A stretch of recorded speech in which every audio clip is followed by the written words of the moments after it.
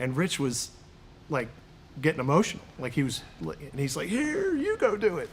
So Timmy and I ran down there. We got in this big scrum of, for the interview for after Richard Petty's last race. And then your win in Atlanta when the emotions were just so raw. Yeah. Those are probably my two biggest, personally, NASCAR memories. Yeah, and I think Mike will probably tell you this too, but it was hard to put it in perspective when they actually released the car and we made the announcement, because it instantly just, all of a sudden, it just woke this fan base up that people thought were gone. Yeah. Well, they're not gone. They just needed something to light the fire again. Yeah. But latch on to. It's just, that moment was just, it was just different. Yeah. It was different than just winning a race or having something happen. It was a moment for the sport. It was a moment, it was just a moment that was different for everybody and what it meant. But it was not just about one car and one driver. Let's start with climbing back into number 29. Yeah. What will you think about? What will that mean to you? Have you thought about it yet? Oh, I've thought about it. I've thought about it a lot, because this particular program and putting the 29 car back on the racetrack started in November, and trying to put all these pieces together when we started the planning meetings with everybody from Stewart Haas Racing. And we got done with the second meeting, and I was like, hey, let's run the 29 car at the All-Star race. And they're all like, look at me like, yeah, okay. I said, no, I'm serious. And so I let everybody sit on it for a couple days. I just threw it out at the end of the meeting just to see what the reactions were, because really, for me, I'm in a fortunate position, because Stewart Haas Racing has been through this whole retirement situation with Tony, and had a lot of great insight on what was good, what was bad. But they were in a much different spot with Stewart Haas Racing and Joe Gibbs Racing when Tony retired than I think myself and Richard were. And myself and Richard Childress have been in a really good spot for a number of years on talking and communicating and being friends, and really enjoying and talking about things that had happened at RCR and what we do different, and just how great it was for each other. So we got done with the second meeting, went into the third meeting, and I said, okay, well, what about the 29? They're like, well, nobody had a problem with it at Stewart Haas Racing. And they all looked at me like, but somebody's got to call Richard. And I said, well, I'll call Richard. So we got done with the meeting, and I got in my truck and immediately just picked up the phone and called Richard. And I said, hey, I want to run the 29 car at the All-Star race. And he said, Kevin, you can have whatever you want.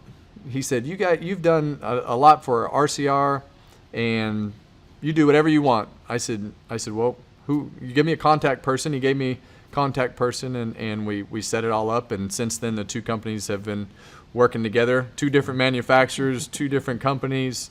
And here we are with the 29 car back on the racetrack with the first win scheme, and Busch Light jumped in and put their 2001 logo on the car to match the era. So it's been a great program, and really when we launched and announced the program, it shut the Stewart Haas Racing website down.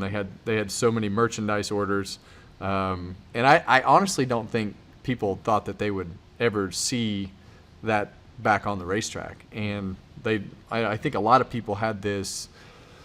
I guess they had this perception that Richard and I were enemies, because it was a little tense the last couple of years when I announced I was leaving before we even got to the last year, and it was a little bit tense. But I think people don't realize that we had kind of moved on from all that, and still understand that we spent 14 years together, 13 in Cup, and lived through this moment with Dale's passing and winning races and making sure that RCR was still on track to do what it needed to do to function as a company. But really in that time period, you didn't think about any of that stuff. And those are the things that Richard and I know and have worked through whatever downfalls we've had through the times. And so I think a lot of people that didn't really know the insights of everything never thought they'd see the day that I'd be driving the 29 car on the racetrack. So it's been fun. Yeah, obviously you mentioned the situation where you got into the Cup Series, crazy time in NASCAR. What would 47-year-old Kevin Harvick tell 22, 23-year-old Kevin Harvick in that moment? Well, I think that's a tough question, because I don't think you can ever teach a 23, 24. I guess I was 25 when I took over this car. It's hard to really know, because of the fact that the 47-year-old is never going to agree with the 25-year-old, right? But I really think that that's what got us through that particular time period. Was we were in a terrible time, but really had no idea the magnitude of the situation, because I raced all the Cup races except for the Daytona 500. We raced all the Busch Series races. We tested every single week with the team, whether it was a Cup car or the Busch car. So we were all. It was myself and Todd Berrier and Mike Dillon and Gil Martin, and we were all fairly young, and we had no idea how all that worked. And I just don't know that, being 47, would you ever put yourself in that particular position and think you were going to come out the other side and it be okay, right? Mm-hmm. So, I think being naive to the situation, just wanting to race and do the things that we had been doing, because I got put on another team with a different group of people. And, you have that generation gap. And, I just don't know that 47 communicates with 25. I think as many times as 47 tells 25 that he should do something, I don't know that they're going to agree, which for me was, yeah, you didn't do all the things wrong, but I stepped into a car that had a fan base and a team that was built in a completely different generation. They were all built around Dale. And all those lessons along the way of making all those people mad, or saying something that you shouldn't have said, and doing stuff that 25-year-old does, and acting like a wild man. All those lessons lead you to today in order to attain the knowledge that you need in order to tell the next 25-year-old guy that's not going to listen to you what to do. You have to learn all those lessons along the way. But I did have my biggest win. I did have my biggest press conference.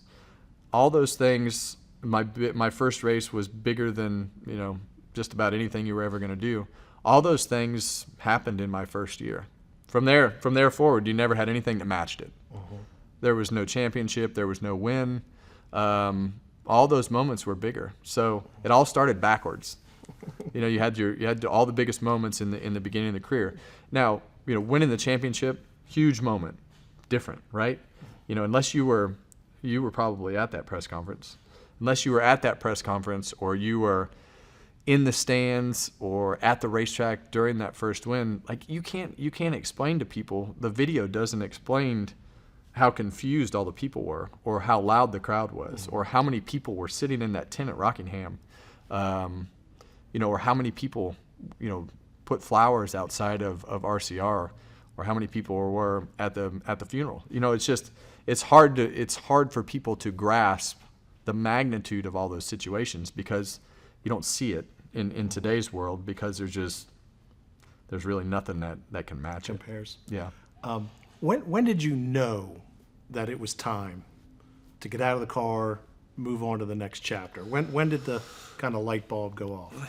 Yeah. Well, we talked about it a few years ago, and I think really I if I would have done it how I initially had said I was just going to do it, it would have been at the end of last year. But they talked me out of it. They talked me out of it because it wasn't really fair to the team. It wasn't fair to the crew guys to just be done at the end of the season and just say I'm going to walk away and leave all the sponsors hanging, leave the team hanging, there's just way too many things that it affected. And I think that's going back to Tony's retirement and the things that they thought that they would have done differently. Those were some of the things that they said, hey, you need to give the racetracks a chance to run you in a last race, or you need to give the fans a chance to come see you in the last race. You need to make sure that the sponsors have a chance, because a lot of our sponsors we've had 10, some 15 years, and I think it's important for that book to be able to close and not just close it. You want to be able to write that last chapter with as many people as you can in order to close it appropriately, because you've spent 30 years, for me it's been 30 years in this sport, building the relationships and building the trust and knowing that Keelan's coming up through the sport, and we've got a management company and all the things that we have with all the different things that touch NASCAR in many different ways across the board is be crazy to give up all those relationships and by making a misstep and doing something that was in all rights probably a little bit disrespectful to just walk off the stage and retire.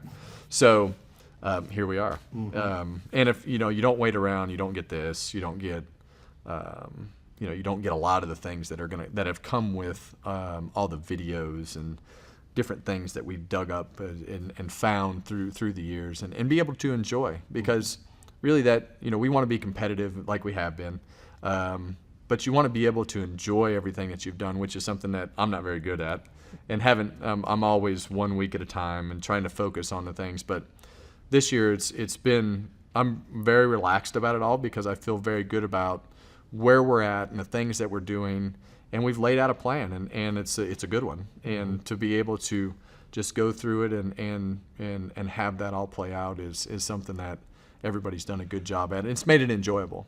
Have you given yourself permission to say, all right, this is my last Daytona 500, this is my last Coke 600, this is my last? Have you given yourself permission to think in those Oh, terms? for sure. Yeah, I've embraced it all. Going to Daytona and walking out of there, I looked at Delano and said, "Well, I don't feel like this is a mistake. I'm walking out of the Daytona 500, knowing that it's my last one and feel fine with it." So, I think for me personally, it's a great time. My kids are 10 and 5. Keelan's racing all over the world. Piper's trying to figure out exactly what she wants to do and experience, and so they need me to be involved. And for me, I'm not going far. I'm gonna sit in the booth and have fun and tell you guys about what's happening on the racetrack and give you my insight on what I think is whether you think it's right or wrong, I don't know. But I'll just tell it like I see it. And with the management company and all the things that we have going, I'm still gonna race the late models and have fun with that type of racing when I can. So. But getting out of that competitive mindset 24/7 gives me options to be flexible with my schedule. So, I think you could keep going, but I think it's much better going out while you're still able to compete.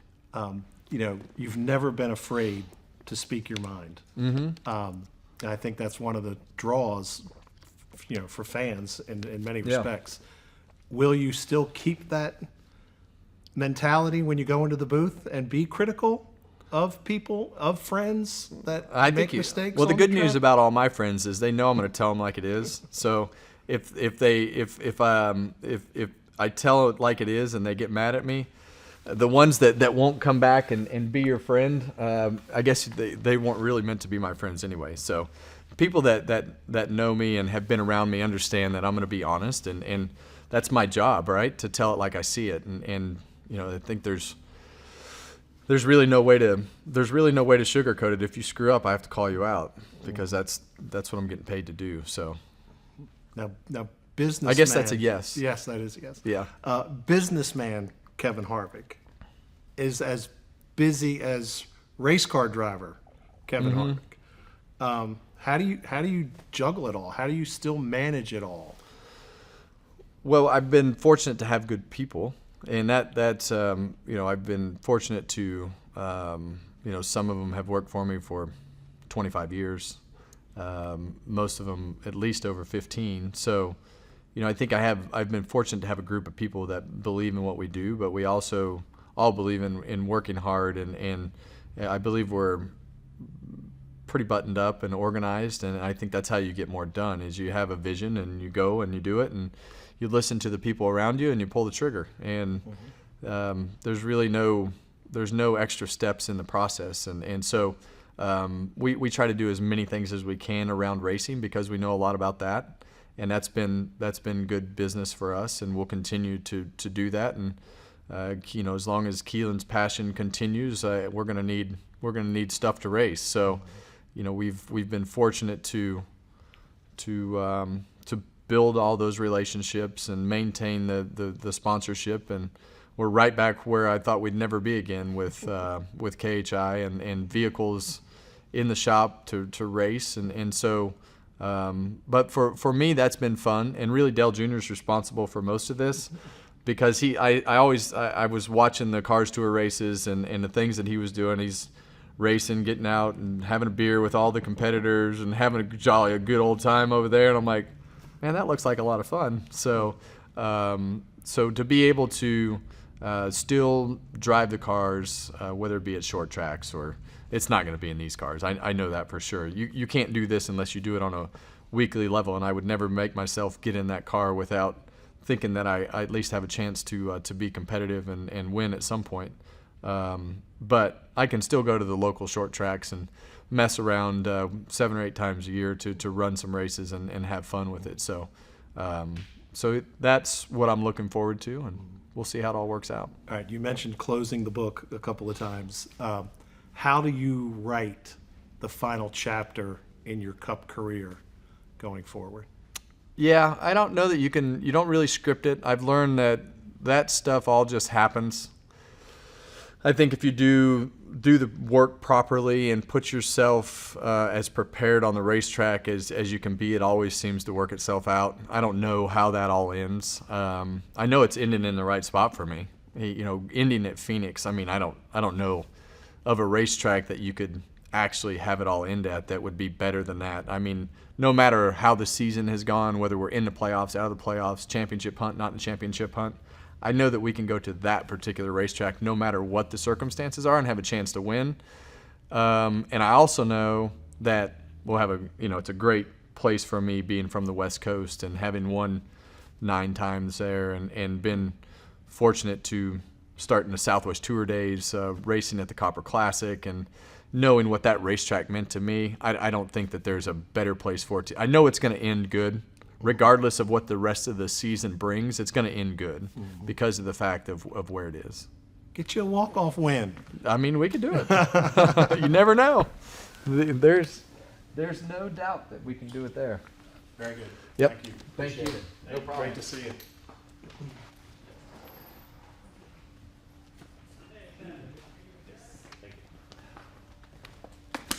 Good to see you for the last. Yeah. Yeah. Goodness, if they won with y'all, also